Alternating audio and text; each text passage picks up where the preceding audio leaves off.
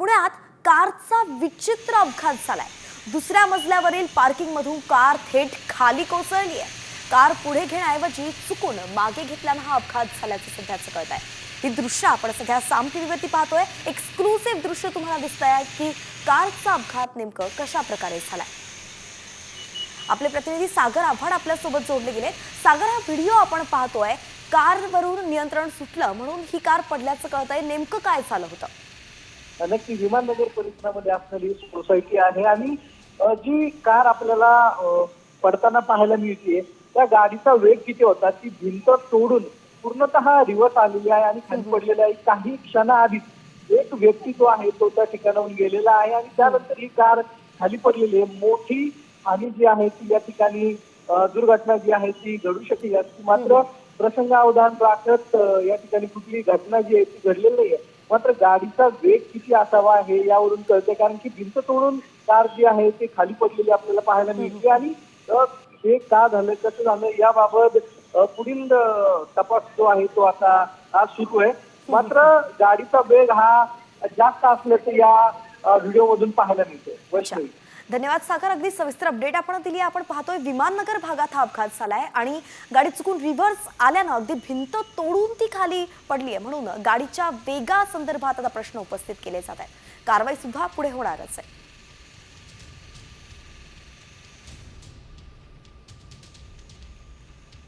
यानंतर वळूयात राजकीय घडामोडीकडे।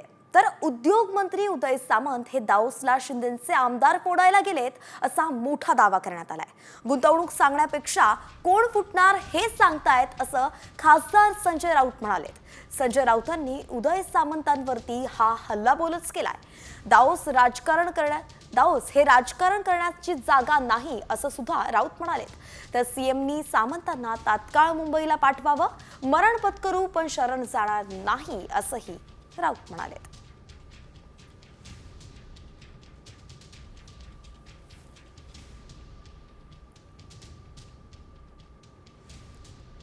या सविस्तर बातम्यांनंतर आता वळूया 36 जिल्हे 36 रिपोर्टरकडे। राज्यभरातील विविध बातम्यांचा वेगवान आढावा। उल्हासनगरच्या आशळे गावात गुन्हे शाखेनं केलेल्या धडक कारवाईत एका बांगलादेशी महिलेला बेड्या ठोकण्यात आल्या।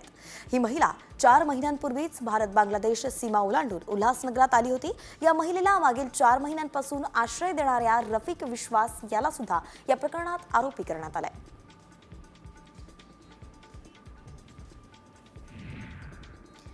राज्य मार्ग परिवहन महामंडळाच्या यवतमाळ विभागाला मागील 8 महिन्यात महिला प्रवाशांच्या माध्यमातून 40,30,95,000 एवढं उत्पन्न मिळालंय। 1,42,54,000 महिलांनी एसटी बसनं प्रवास केलाय आणि त्यामुळे महामंडळाच्या तिजोरीत 40,30,00,000 एवढं उत्पन्न मिळालंय।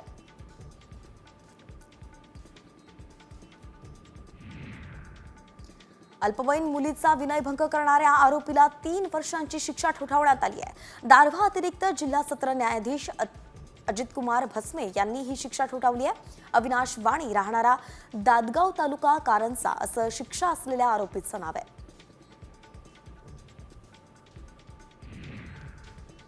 महावितरणकडून बसवण्यात येणाऱ्या स्मार्ट मीटरला लिटर रीडिंग करणाऱ्या कर्मचाऱ्यांचा विरोध आहे। स्मार्ट मीटरमुळे मीटर रीडरवरती उपासमारीची पाळी येणार असल्यानं आता मीटर रीडिंग करणारे कामगार महावितरणच्या विरोधात आक्रमक झालेत आणि 1 फेब्रुवारीपासून राज्यभरात काम बंद आंदोलन करणार असल्याचा इशाराही मीटर रीडिंग कामगारांनी दिलाय। दुचाकीला कट मारल्याच्या वादातून तरुणाला मारहाण करत डोकं फोडल्याची घटना उल्हासनगरमध्ये घडली आहे। योगेश दिलवाले हा तरुण दुचाकीवरती जात असताना एका दुचाकीला कट लागल्यानं त्याला थेट मारहाण करण्यात आली।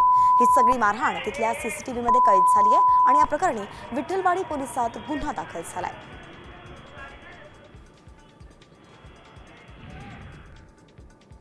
एसटी महामंडळासाठी भाडेतत्वावरती 1310 गाड्या घेण्याची निविदा अखेर रद्द करण्यात आली आहे। आता नव्यानं निविदा प्रक्रिया राबवण्याचे आदेश मुख्यमंत्री देवेंद्र फडणवीसांनी दिले। एकनाथ शिंदेंच्या मुख्यमंत्री पदाच्या कार्यकाळात हा निर्णय घेण्यात आलाय होता आणि त्यामुळे फडणवीसांनी निर्णय रद्द केल्यानं एकनाथ शिंदेंना हा मोठा धक्काही मानला जातो।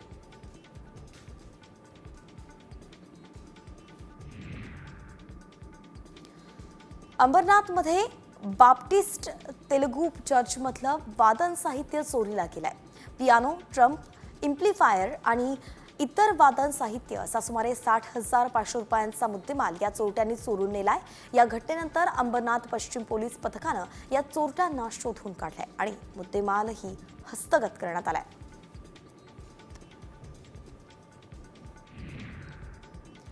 सेक्सटॉर्शन प्रकरणी न्यायालयीन कोठडीत असलेल्या महिला आरोपीनं धुळ्यातील जिल्हा कारागृहातच गळफास घेऊन आपलं आयुष्य संपवलंय. कारागृहातील बाथरूमजवळ आरोपी महिलेनं ओढणीच्या सहाय्यानं गळफास घेऊन आत्महत्या केली आहे. नंदुरबार इथल्या एका शिक्षकाशी ऑनलाईन मैत्री करून त्याला ब्लॅकमेल करत 12 लाखांच्या खंडणीची मागणी केल्याचा आरोप या महिलेवर होता. नाशिकच्या बागलाण तालुक्यातील बिजोटेच्या गावकऱ्यांनी ग्रामपंचायतीला टाळं ठोकलंय. गेल्या काही दिवसांपासून ग्रामसेवक सातत्यानं गैरहजर राहत असल्यानं विद्यार्थ्यांचे दाखले, कागदपत्र हे वेळेवरती उपलब्ध होत नाहीयेत आणि याबाबत गटविकास अधिकाऱ्यांना पत्र देऊन सुद्धा दखल न घेतल्यानं ग्रामस्थांनी थेट ग्रामपंचायतीलाच टाळं ठोकलं. हिंगोलीत पालिकेकडून अतिक्रमण मोहीम राबवण्यात आली आहे. पोलीस प्रशासनाच्या मदतीनं छत्रपती शिवाजी महाराज चौक ते इंदिरा गांधी पुतळा या परिसरात शेकडो अतिक्रमणं पालिकेनं जमीनदोस्त केली आहेत. पालिकेनं राबवलेल्या या अतिक्रमण मोहिमेमुळे शहरातील रस्त्यांनी मोकळा श्वास घेतलाय.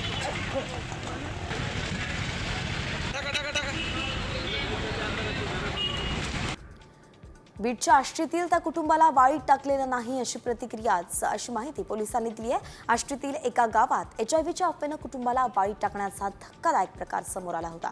मुलीचा मृत्यू झाल्यानंतर पोस्टमॉर्टममधून HIV मुळे मृत्यू झाला नसून अकस्मात मृत्यूची नोंद केल्याची माहिती आता पोलिसांनी दिली आहे.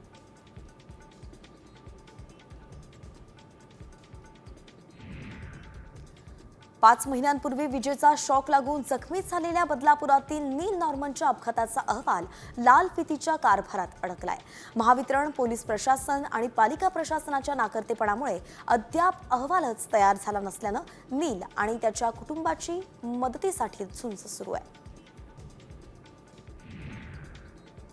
लांजा तालुक्यातील कोट गावात गव्याचा वावर वाढलाय. गावातील मुख्य रस्त्यावरती रात्री 2 गवे दिसल्यानं गावकऱ्यांमध्ये भीतीचं वातावरण आहे. वन विभागानं लक्ष देण्याची मागणी आता ग्रामस्थांनी केली आहे.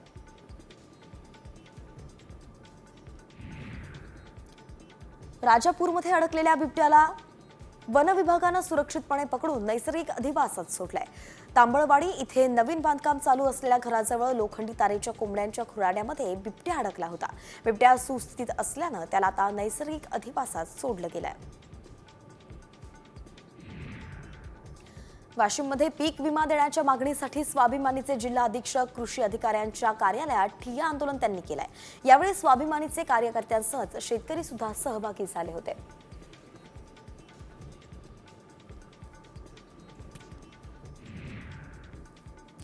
कर्नाटकच्या बीदरमध्ये महात्मा बसवेश्वरांच्या पुतळ्याची विटंबना करण्यात आली. त्यांच्या निषेधार्थ सोलापुरात निदर्शनं करण्यात आली आहे. कर्नाटक सरकार विरोधात सोलापुरात लिंगायत समाज आक्रमक झाला. पुतळ्याची विटंबना करणाऱ्या समाजकंटकांना तात्काळ अटक करा, अन्यथा उपोषणाचा इशारा आंदोलकांनी दिलाय.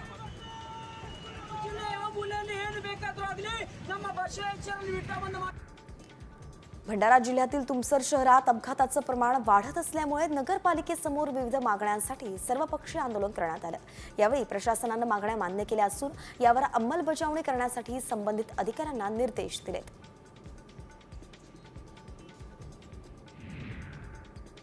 महसूल अधिकाऱ्याला मारहाण प्रकरणावरती धुळ्यात सलग दुसऱ्या दिवशी कर्मचाऱ्यांनी कामबंद आंदोलन पुकारलंय. जोपर्यंत आरोपीला अटक केली जात नाही तोपर्यंत कामबंद आंदोलन सुरूच ठेवणार असल्याचा निर्धार कर्मचाऱ्यांनी व्यक्त केलाय.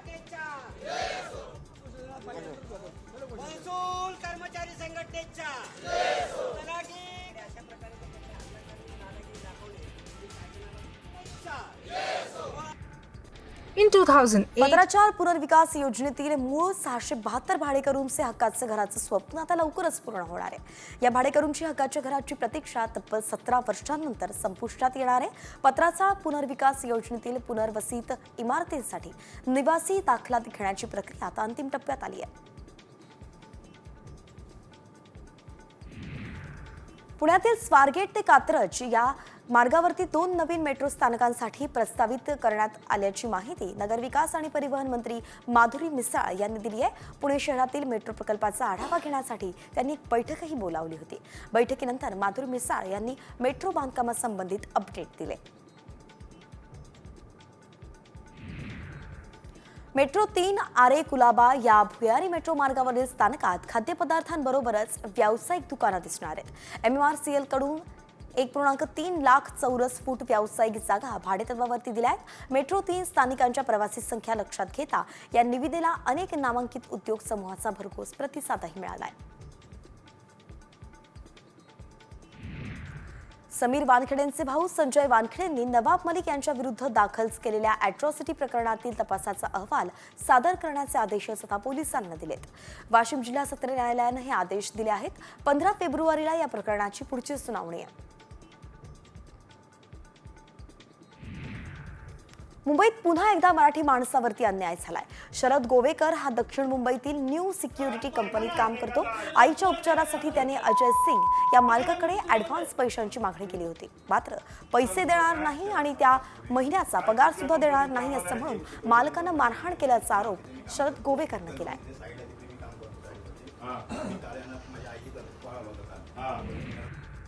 नागपुरात एका महिलेनं 14 लाखांना गंडा घालण्यात आलेला आहे. एका महिला डॉक्टरला आपल्या बँक खात्यातल्या रकमेचं पोस्टात फिक्स डिपॉझिट करायचं होतं. मात्र तिने बँकेत न जाता गुगलवरती SBI हेल्पलाईन मिहान असं सर्च केलं. मात्र हा नंबर जो होता तो फसवणूक करणाऱ्याचा होता आणि या महिलेच्या बँक खात्यातून पैसे काढून घेतले गेलेत. भारतातील बेरोजगार तरुणांना नोकरीचं आमिष दाखवून थायलंड, दुबई सारख्या ठिकाणी नेऊन अवैध कामांना जुंपलं जातंय. विरोध केल्यास त्यांना मारहाण करत उपाशी ठेवलं जातं. भारतात परतण्यासाठी त्यांच्याकडून 4 ते 5 लाख रुपये घेतले जातात. जीव वाचवून जे परतले त्याच तरुणांनी ही माहिती दिली आहे.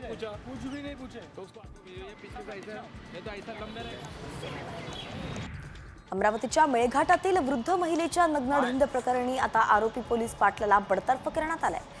रेहट्या खेड्याच्या पोलीस पाटील बापू जामुनकरला बडतर्फ करण्यात आलाय. महिलेची धिंड काढल्याच्या प्रकरणात पोलीस पाटलासह 5 जणांवरती गुन्हा दाखल झाला होता.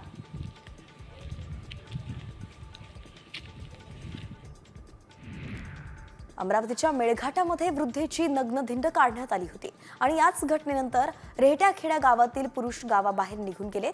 या महिलेची धिंड काढण्यात ज्या लोकांचा समावेश होता त्या आरोपींनी पोलिसांनी आता त्या धडपडही सुरू केली आहे.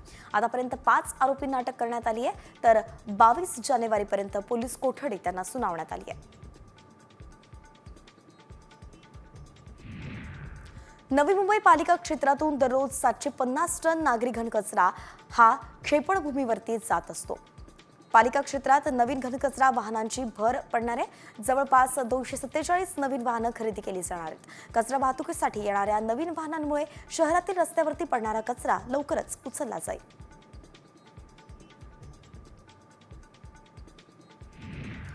SBI मॅन्युअल फंडानं SBI निफ्टी बँक इंडेक्स हा नवीन फंड बाजारात आणलाय. हा INFO 31 जानेवारीपर्यंत गुंतवणुकीसाठी खुला राहणार आहे. मुदतमुक्त श्रेणीतील ही योजना निफ्टी बँक निर्देशांकावरती आधारित आहे आणि त्यामुळे समभागांच्या एकूण परताव्यानुसार गुंतवणूकदारांना परतावा प्रदान करणं हे या योजनेचं मुख्य गुंतवणूक उद्दिष्ट आहे.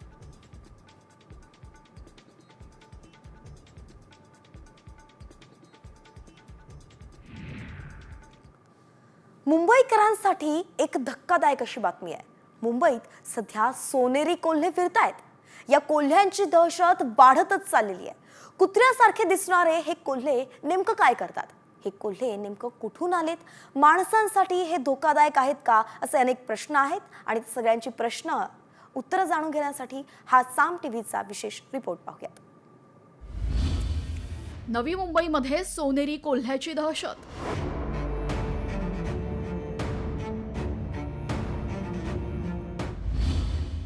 कोल्हा कुत्रा एकत्र, भीतीचं सत्र.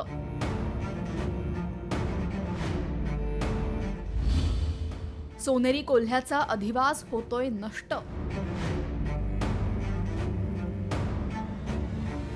मुंबई नवी मुंबई परिसरामध्ये भटके कुत्रे दिसणं यात काहीही नवीन नाही. मात्र याच भटक्या कुत्र्यांसोबत सोनेरी कोल्हा वावरताना दिसून आलाय. दरम्यान सोनेरी कोल्हा दिसायलाही अगदी कुत्र्यासारखाच असल्याने हा नक्की कुत्रा आहे की कोल्हा हे ओळखणंही अगदी कठीण झालंय. नवी मुंबईतील खारघर इथं सोनेरी कोल्हे आणि कुत्रे हे एकत्र वावरताना दिसून आले आणि त्याचमुळे आता या सोनेरी कोल्ह्यांचा अधिवास आणि संरक्षणाचा मुद्दा पुन्हा ऐरणीवर आलाय. श्वान कुळात समावेश आणि इंग्रजीत गोल्डन जॅकल असं नाव. दिसायला जर्मन शेपर्ड कुत्र्यासारखा. पाणथळ प्रदेश, कांदळवन अशा ठिकाणी अधिवास. मासे, बेडूक, खेकडा, उंदीर, ससा असा आहार. कांदळवनं नष्ट होत असल्याने मानवी वस्तीत प्रवेश. दरम्यान काही दिवसांपूर्वीच 3 सोनेरी कोल्ह्यांचे मृतदेह सापडले होते आणि महत्त्वाचं म्हणजे या 3ही कोल्ह्यांना रेबीजची लागण झाली होती. कांदळवनांच्या ऱ्हासामुळे सोनेरी कोल्हे अन्नाच्या शोधात नागरी वस्तीत येतात. अन्नासाठी कचराकुंडीजवळ सोनेरी कोल्ह्यांचा वावर असतो. याच कचराकुंड्यांजवळ भटके कुत्रेही अन्नाच्या शोधात असतात. कोल्हा आणि कुत्रे यांच्या संपर्कामुळे रेबीजची लागण होते. रेबीज संक्रमित प्राणी माणसाला चावणं हे अत्यंत धोकादायक आहे. दरम्यान कोल्हा आणि कुत्र्याच्या संकरातून नव्या धोकादायक प्रजातीचीही शक्यता आहे. दरम्यान सोनेरी कोल्हा आणि भटके कुत्रे एकत्रित येणे ही धोक्याची घंटा आहे. सरकारकडून आजपर्यंत ना सोनेरी कोल्ह्यांचे सर्वेक्षण झाले ना त्यांच्या संरक्षणासाठी ठोस उपाययोजना करण्यात आल्या. त्यामुळे या संदर्भात दखल घेऊन लवकरात लवकर उपाययोजना करणं आता महत्त्वाचं ठरतंय. पाणथळ आणि कांदळवन क्षेत्र सोनेरी कोल्ह्यांसाठी सुरक्षित अधिवास आहे. त्यामुळे कांदळवन आणि पाणथळ क्षेत्रांचं संरक्षण आणि संवर्धन करणे, सोनेरी कोल्ह्याच्या संवर्धनासाठी ठोस उपाययोजना करणे, वनविभाग आणि अभ्यासकांच्या मदतीने सोनेरी कोल्ह्यांचं सर्वेक्षण करणे. सोनेरी कोल्ह्यांची वाढती संख्या ही कांदळवनांची जैवविविधता योग्य प्रकारे संवर्धित होत नसल्याचं द्योतक आहे. दरम्यान ही कांदळवनं सध्या सिडकोच्या अधिकार क्षेत्रात असून त्यांचे हस्तांतरण वनविभागाकडे करावं ही मागणी अजूनही कायम आहे. त्यामुळे वनविभाग इथं कारवाई करू शकत नाहीये आणि आता सरकारनं या गंभीर समस्येकडे लक्ष देऊन त्यावर तातडीने उपाय करणं गरजेचं झालेलं आहे. ब्युरो रिपोर्ट, साम टीव्ही. अजूनही महत्त्वाच्या घडामोडींचा आढावा घ्यायचा आहे. तुर्तास एक छोटासा ब्रेक.